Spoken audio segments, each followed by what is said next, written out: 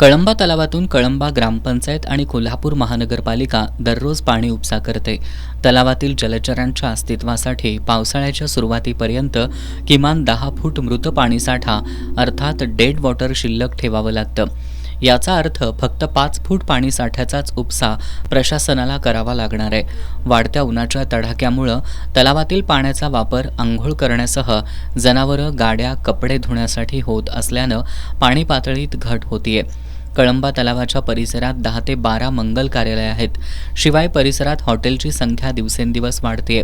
त्यातच कळंबा तलावाच्या पाणलोट क्षेत्रात गेल्या काही वर्षात बेकायदेशीर बांधकामं झाली आहेत. साहजिकच कळंबा तलावातून पाण्याचा उपसा वाढलाय. त्यातच यावर्षीची उन्हाची तीव्रता जास्त आहे. दैनंदिन तापमानात वाढ होत असल्यानं बाष्पीभवनही मोठ्या प्रमाणात वाढत असल्यानं कळंबा तलावाची पाणी पातळी झपाट्यानं कमी होतीये. सध्या कळंबा तलावाची पाणी पातळी 13 फुटांवर पोहोचली आहे. कळंबा तलावात नैसर्गिक जलस्रोत असणारी शाहूकालीन विहिरीची गेली अनेक वर्ष डागडुजी करण्यात आलेली नाही.